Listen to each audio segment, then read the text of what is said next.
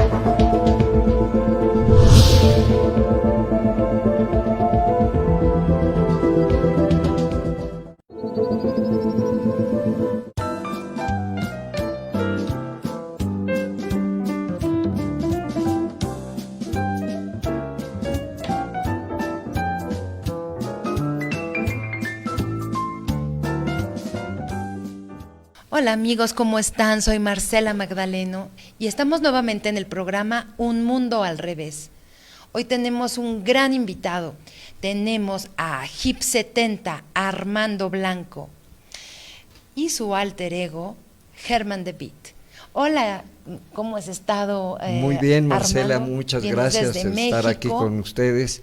Me da muchísimo gusto saludarlos y estar contigo y venir a hablar de nuestro movimiento del rock, que pues tenemos ya algunos años haciéndolo y pues de eso les vamos a platicar mucho. Exactamente, estamos observando que tienes muchos temas. Tienes el tema del rock, de los hippies, de María Sabina, tienes el mundo del radio, tienes el mundo del periodismo. De los discos. Tienes el mundo de tu literatura, que es lo que últimamente has estado haciendo. ¿Qué te parece si nos hablas un poco sobre el rock? ¿Cómo inició en México este rock? Tú que eres un pionero de tanto de tienda de discos como de impulsor de grupos de rock. Pues eminentemente antes no teníamos idea de lo que era el rock, porque no nos había llegado nada. Parece ser que el rock se inició en 1945 y vino evolucionando hasta los años 50, que fue donde tomó más fuerza y surgió el rock and roll y los reyes del rock. Surgió Elvis Presley, que hizo blanco el rock, porque antes el rock pertenecía al blues, al jazz, que es la misma sopa pero cocinada diferente, y entonces se inició ya lo que es la era del rock, pero a nosotros nos tocó un movimiento muy grande, Marcela, porque yo fundé Hip 70 en el año de 1968. Hip 70 presenta bienvenidos al espectáculo más grande del mundo, el rock and roll, a nuestro movimiento volcánico que más ha contribuido a los valores de la cultura moderna. Ha enriquecido mucho con el movimiento de los hippies toda la convivencia, el estar junto. La buena onda. La buena onda. No había yo querido hablar de la buena onda porque todo mundo sabe qué es la buena onda, todo mundo aprendimos lo que es la buena onda. La onda se inició cuando unos hippies, que no se llamaban hippies, eran unos muchachos que vacacionaban en lugares paradisíacos, fueron a la isla de Ibiza. Ahí se juntaban y hacían tocadas y tocaban rock, y hasta ahí fue Jimi Hendrix, y se creó un grupo que Norman Mailer, que fue esposo de Marilyn Monroe, le puso Hipsters, el nombre de Hipsters. Ajá, sí. Sí, Arthur Miller le puso Hipsters, y de ahí derivó el nombre de hippies. Este movimiento surgió con la fuerza combativa de las décadas de los 60s y los 70s, y fue una explosión teutónica que conmovió con su música, su poesía. Se empezaron a crear las leyendas, se empezó a hacer una actitud y un mensaje nuevo. Es un cambio social desatado por los hippies, liberándolos, alivianándolos. Alivianarse quiere decir encontrar el camino correcto. Entonces, Armando, a ver, una pregunta. Dime. Tú inició el rock con poesía, con creatividad, con pintura. Inició como un espíritu de decir, queremos ser nosotros mismos. Sí, nosotros construimos nuestro propio escenario y no recurrimos más que a las raíces, y todo lo hicimos por nosotros mismos, y nos empezó a crecer el pelo, y es una cosa de muchachos y muchachas que cantan a la vida su despertar erótico, porque el que no canta se le seca la garganta, y es una música para bailar, para reír, para amarla con fenomenal devoción. No hay duda, el rock and roll es una consumada forma de arte. Entonces, de alguna manera, a ver, a ti te tocó ser un joven en Ciudad de México, México, en el cual estaba prohibido el rock. Todo lo que tenía que ver con rock era, manden a los policías a reprimir. Bueno, eso fue un poco después, porque en un principio no existía la represión. En un principio, el primer grupo que yo lo vi a los 12 años en el teatro. Se trataba de Rodney and the Blazer.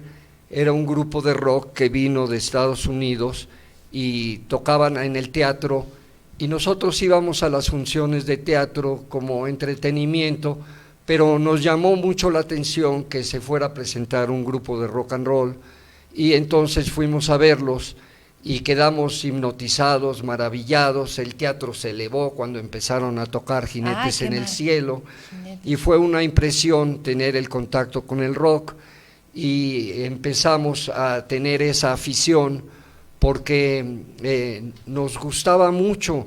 Yo de chico, con mis amigos bailábamos rock para ir a las fiestas, y entonces bailábamos con las muchachas en las fiestas de fin de semana, y entre nosotros entrenábamos a bailar.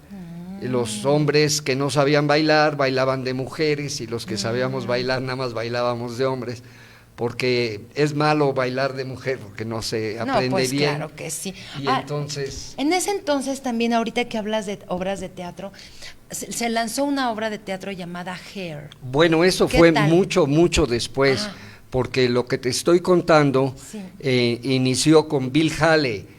Trajeron a Bill Haley a tocar a México. Bill Haley era muy importante en todo el mundo, porque en una película que no era de rock ni de nada, pero era juvenil, de una escuela de rebeldes sin causa, de Semilla de Maldad se llamó, y tocan rock and roll al principio al compás del reloj y al final de la película, y entonces surgió el rock and roll a nivel juvenil.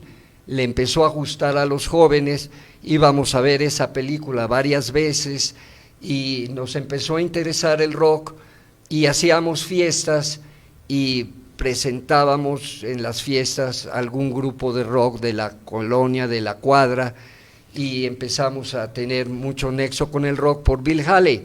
Bill Haley vino a México y se casó con una bailarina de ahí del teatro, y fue muy feliz. Vivió muchos años en Guadalajara, siempre estuvo muy contento con México, y aquí en México ellos le acompañaban a las artistas que cantaban atrás del telón, como ellos sabían leer música, Bill Haley y sus músicos, les acompañaban en sus canciones, y entonces tocaban toda la función del teatro. Como backstage. En backstage tocaban ellos, y se aprendieron todas las canciones de Elvis. No, todas las antes. canciones mexicanas, Pepito mi corazón y muchas canciones mexicanas que se aprendieron. Qué bonito. Y entonces se quedó a vivir en México, murió en Guadalajara, casado, y ese artista, introdujo mucho el rock en México, grabó en Discos Orfeón, y empezó el rock con mucha fuerza, y Discos Orfeón siguió con todos los del rock nacional, del rock mexicano. Y cuando yo presenté mi primer libro en la Universidad de UCLA, el profesor Steven Sousa me dijo que los que habíamos hecho el rock en español, habíamos hecho el sonido latino y habíamos hecho el movimiento latino en Estados Unidos, porque el rock en español fue muy importante.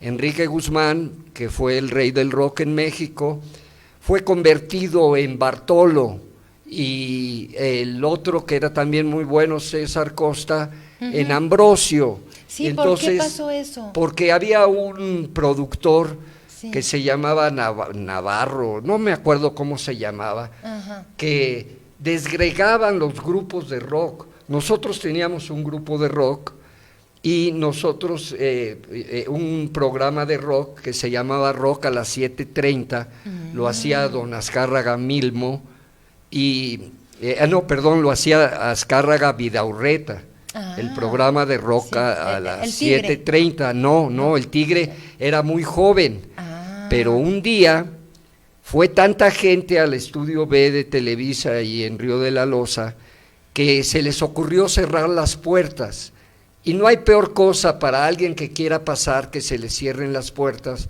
porque se vuelve un caos. Sí. Las puertas se dejan abiertas, si ya no caben, pues ya no entran, pero no se les cierra. Entonces cerraron las puertas en el estudio y eso causó un caos, y en ese momento llegó Azcárraga, que era joven, el Tigre era muy joven, su papá le acababa de regalar un carro hermoso inglés, convertible, y lo agarraron y lo hicieron pinole el carro, lo voltearon, le arrancaron las puertas, el toldo, lo hicieron pedazos, y desde entonces en Televisa odiaron al rock. Pero no fue culpa del rock, fue culpa de la mala organización de cerrar las puertas. Pero independientemente de odiar al rock, aquí vemos que pasaron muchas cosas, muchas aventuras, para que permeara el rock, el verdadero rock, no como Enrique Guzmán, que ya hacía covers, sino el verdadero rock. Eran adaptaciones buenísimas. Bueno, a mí me gustaban más que las originales, y además eran más exitosas, porque en toda América Latina a los rock and rolleros mexicanos los recibían como embajadores. Era muy padre. Estoy de acuerdo. Pero en este movimiento, ¿por qué comenzó la persecución? No sé si fue el 68, que por supuesto tú estuviste ahí, fuiste parte primordial, que nos vas a platicar ahorita tu experiencia con Oriana Falache, 68, etcétera. Pero ¿por qué perseguían a los hippies? Pues es muy sencillo. El rock and roll es el grito de reunión más importante que hay. Yo estoy en las listas de gobernación como una persona que puede juntar miles de gentes en 3 días. Eso no es cierto.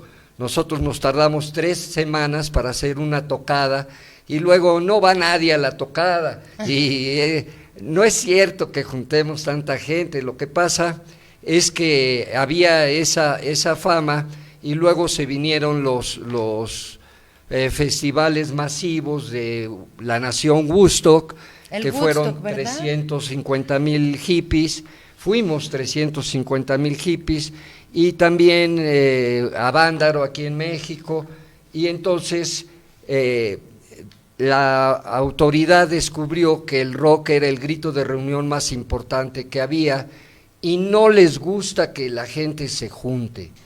No sé por qué, pero no les gusta. Y entonces empezaron a perseguir al rock desde Avándaro, lo criminalizaron, hicieron una cosa horrible. En Avándaro, Televisa filmó en vivo el Festival de Avándaro y lo pasaron en Los Pinos, en la casa residencial. Estaba el presidente Echeverría y habían bebido y estaban burlándose del festival, y todo eso me lo contó Carlos Monsiváis, que era muy amigo mío. Yo lo llevé al eclipse de Zipolite en el 70, creo, y estuvimos muy contentos. Allá en Zipolite. En Zipolite, sí, sí, ¿verdad? no había carretera Era cuando el paraíso, aquel entonces. Sí, no bueno, había carretera y había que llegar por veredas y brechas, pero llegamos al eclipse con Carlos Monsiváis, lo llevé esa vez, y él era muy chistoso, recitaba pasajes de la Biblia en latín, y yo hacía como que le entendía porque llevé clases de etimologías de latín. Con los padrecitos, y ¿verdad? entonces, clases de etimología en la prepa 4. ¿Cómo voy a ir con los curas? Ni de chistes, son pederastas, oye. Bueno, tenemos aquí algo muy interesante, Armando. ¿Cómo fue que te involucraste? O sea, era el rock y el 68.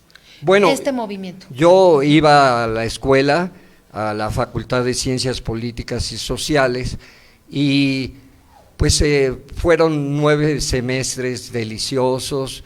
Me iba yo a las 7 de la mañana y regresaba yo a las 5 o 6 de la tarde.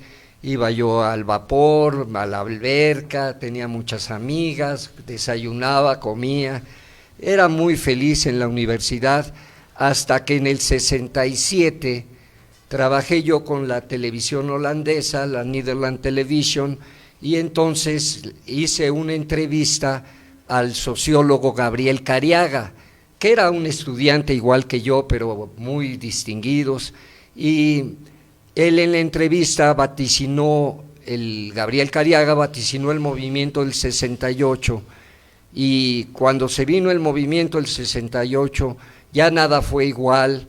Yo ya jamás regresé a mi universidad tan adorada, con los maestros tan fabulosos, porque entró el ejército y como la música de 620, llegó para quedarse.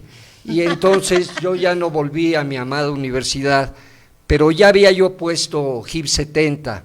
HIP 70 es una trinchera, se levantó como una trinchera camuflajeada de tienda de discos, de rock, y logré estar 22 años, algo así, al frente de mi HIP 70, y logramos traer 2 millones de discos long play que vendí en 24 millones de dólares. Y entonces todo era felicidad y todo era fiesta, porque arriba de la tienda de HIP 70 hacía yo tocadas de rock, y ahí hacíamos, llevaba yo a los grupos ya de rock, ya llevaba yo al Tri, a Cecilia Toussaint. Bueno, a ver, antes de entrar en el HIP 70, que esto es todo un tema, ¿cómo se sentía ese ambiente en el 68? Porque en la universidad tú platícanos esta anécdota, tú ibas a dar ese discurso, estabas con tus compañeros, porque eran verdaderos. Bueno, eso que dices fue en Tlatelolco, en el balcón del edificio. Exacto. Y de pronto estaba ahí Oriana Falache, te puedo decir los que no estaban. No estaban los burócratas del Consejo Nacional de Huelga, aunque los del Politécnico sí estaban. Estaba Florencio, y él habló en tercer lugar, y no estaban los del Comité Nacional de Huelga. Sócrates Campos Lemos. Sí, ellos sí estuvieron, ellos sí estaban, porque los del Poli sí fueron a Tlatelolco, pero los de la UNAM no fueron. Alguien les avisó, dijeron que los había citado el presidente, que unas cosas dijeron que no habían podido ir, pero ellos no fueron, y los que nosotros fuimos fue una cosa terrible, porque fue un golpe de Estado que se le dio al primer magistrado, y por parte de su secretario de Gobernación, y con ciertos militares y todo, pues lo lograron, y para poder hacerlo hicieron una matanza terrible en Tlatelolco. Y estábamos ahí en el balcón, varios compañeros de mi escuela de ciencias políticas, estaba Florencio, estaba Edgar, otro muchacho, y cuando después de que habló Florencio empezó a hablar mi compañero de mi escuela, y entonces sentí que era una trampa y decidí irnos de ahí, y entonces empecé a sacar a mis compañeros y a jalarlos. Todavía una muchacha de mi escuela que se llamaba Margarita, la jalé, y vámonos de aquí, y empezamos a bajar, y ya venía subiendo el batallón Olimpia, con el jefe hasta adelante, todos con la pistola en la mano, y me apuntó. Y pero, fue cuando detuviste así. Ah, sí, esta foto, sí. Detuviste la bala. No, lo que pasa es que cuando empezamos a bajar las escaleras y subí el batallón Olimpia para empezar a ejecutar, ese comandante fue el que le disparó a Oriana Falachi, la hirió en la espalda, y bajamos y ya empezaba la balacera, porque el plan en Tlatelolco fue llevar a muchísimos soldados, rodear todo Tlatelolco y luego ordenar que se fueran. Y cuando ya se retiraban, vino la orden de regresar y disparar a discreción. Entonces, como ya empezaba a disparar el batallón Olimpia a los militares y a la gente, los militares desconcertados empezaron también a disparar. Entonces yo había llevado 2 niñas de la prepa 2 y de la prepa 5, y fui por ellas al centro de la Plaza de las Tres Culturas, y con la cabeza pegada al piso, volvimos hasta el edificio Chihuahua al 2 de abril, y pasamos por abajo, y nos subimos arriba de una multitud, por arriba de la gente, pero había una barrera que se rompió cuando yo llegué al momento, y brincamos, y entonces un soldado que estaba con la rodilla al piso me apuntó y iba a disparar, y le hice este gesto, y no disparó, me indicó que pasara, y cuando pasé empezó a disparar. Entonces corrimos hacia la avenida Manuel González, y ahí pasó un forcito de los míos, de la escuela de ciencias políticas, y me subí por la ventanilla, y igual la Tato se subió, y nos fuimos de ahí. Fui a GIP 70 y luego regresé a Tlatelolco a buscar a la otra niña de la prepa 2 que se perdió, y ella estuvo en un departamento en Tlatelolco exactamente igual que como en la película de Rojo Amanecer. Ella describió todo eso, y entonces a partir de ese mal día ya no regresé a la universidad, ya había entrado el ejército a la universidad. Ya no fue lo mismo. Ya no fue lo mismo, y en cambio GIP 70 era un paraíso. Y entonces me dediqué a GIP 70, a los discos, al rock. Teníamos programas de televisión, programas de radio, diario hacía yo un programa. Exactamente. Tú tuviste, a tu cargo tuviste en Radio 1000. Sí, Radio 1000 adorados, sí, los quiero muchísimo. Proyección 590. Había muchos programas de rock, sí, había... y te pagaban pues con publicidad. Sí, a mí nunca he percibido, nadie me ha dado nunca trabajo, siempre he vivido de mis negocios, y en Radio 1000 me pagaban con publicidad, cosa que les agradezco muchísimo, porque fue muy favorable para mi movimiento. ¿Estamos hablando de qué año? Proyección 590. De 1968. Todo empezó en el 68. Yo puse GIP 70, me casé, terminé la universidad, casi me matan 4 veces, porque estuve cuando dicen que derribaron la puerta de la prepa, mentira, no derribaron nada, se quedó colgando de la bisagra. Sí le dieron un bazucazo y entraron y agarraron a todos y los golpearon. Yo afortunadamente no me metí a la prepa, me escondí en un negocio y pasaron los soldados disparando. Yo nunca había visto que dispararan contra gente inerte, contra gente desarmada, que traían libros en las manos. y les disparaban, nos disparaban a la cara, y entonces sobreviví la prepa 2, sobreviví el casco de Santo Tomás, la terrible fecha de septiembre, sobreviví Tlatelolco, la toma de la universidad, entró el ejército y alcanzamos a sacar al Consejo Nacional de Huelga por los frontones de atrás, ya estando el ejército ahí. Armando, a la que sí capturaron fue a mi tía Ifigenia, la senadora Ifigenia Martínez, porque ella se quedó en economía, era la directora, y la capturaron ahí. Es que qué terrible, de verdad. Pues mira, tú tienes a una tía política, una tía leal, tienes un tío padre escritor.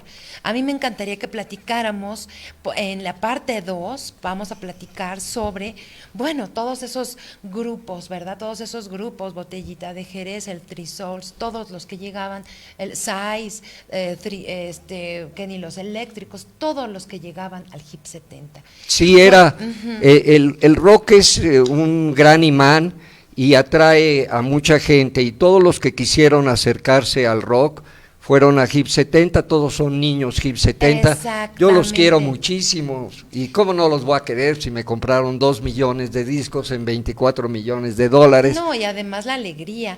Pues amigos, en un espacio existencial donde podemos realizar nuestros sueños a pesar de todo, y nosotros seguimos viviendo en un mundo al revés, pero a pesar de todo podemos lograr nuestros sueños, ¿verdad, Armando? Pues y pues bueno, sí. Nos despedimos para tener la segunda parte. Muchas gracias.